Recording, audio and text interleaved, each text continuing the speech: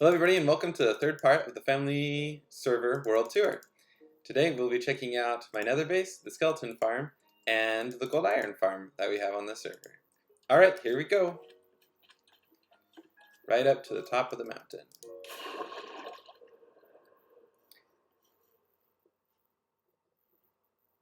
What? Who do we have here? I can see your name badge. It looks like Hunterboy will be joining us today. Yay! Hopefully you can hear him on the sound.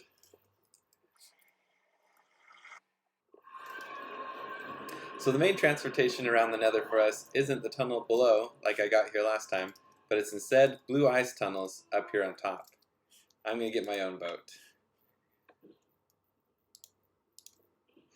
So we cheaped out a bit. We only put blue ice on every other block, but we had to make sure to button everything up down here to keep us sailing smoothly.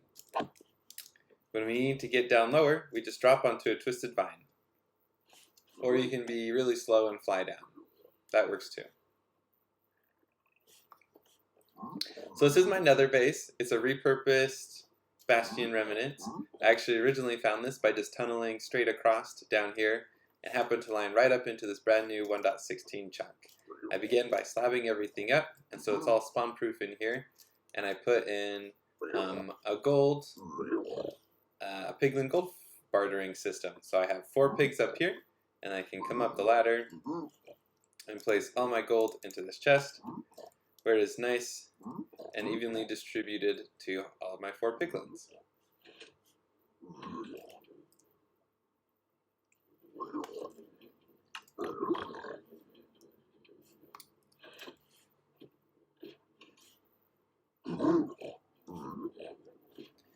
Also in this base, I have a respawn anchor in case I want to spawn back here. I have my normal enchanting setup. Oh, back on the respawn anchor over here, this has an automatic refilling system, so if I were to die, it'll automatically put more glowstone into the system. Hasn't ran out yet. Yep, enchanting setup, and then back over here is my expansion project, which is currently closed as I kind of got bored of this base, but I'll come back to it at some point maybe. Back on this side is my more dangerous area where mobs can still fall down on me, but I have a magma cream farm. What are you doing back there, buddy? This is a pretty simple setup. Just use the magma cream or the magma cube spawner, and then down below I have some iron golems to attract them and wipe them out. Works alright, but I don't really need that much magma cream, so don't use this farm too often, but it's a fun little one to put together. Not much else to see around here, so we'll move on to the next part, the skeleton farm.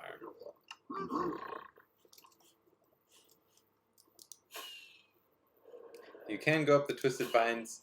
That was mostly put there after I fell down and didn't have my elytra, and so I bone milled it up and never took it down.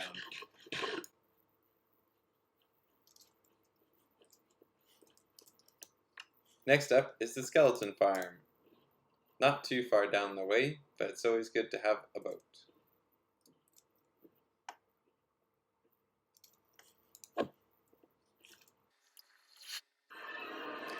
We use chunk base to be able to find this location here, as finding double skeleton spawners within range of a single player is pretty difficult. We put in a button so that we could turn off the spawner whenever we want, using glowstone with a redstone block on top as a lift up and down. I did have to go through and blast out a bit of bedrock down there at the bottom to ensure that the drop was far enough to always kill the skeletons.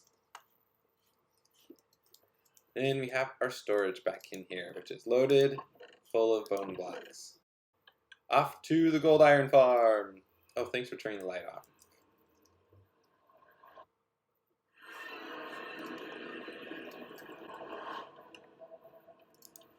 There was a little bit of a conflict here when we were building our upper nether tunnels, where my tunnels were below the nether and Hunterboy's tunnels were above the nether.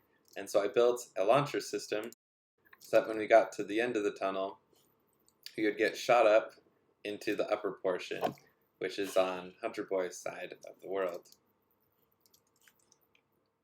This is where we built our gold iron farm.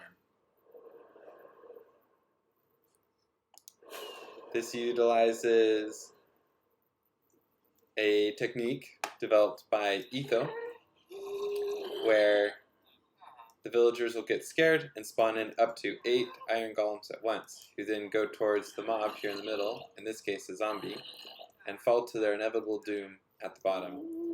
Maybe we'll have to sit here for a bit so that we can see some spawn.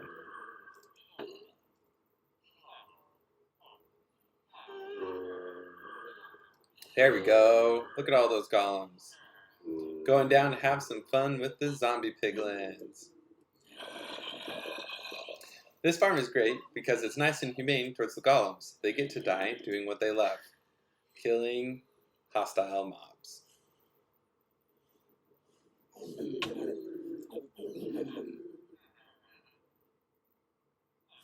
All of the drops are picked up with a single minecart, which circles around here on the bottom, and then Hunterboy put together a really good system on the back here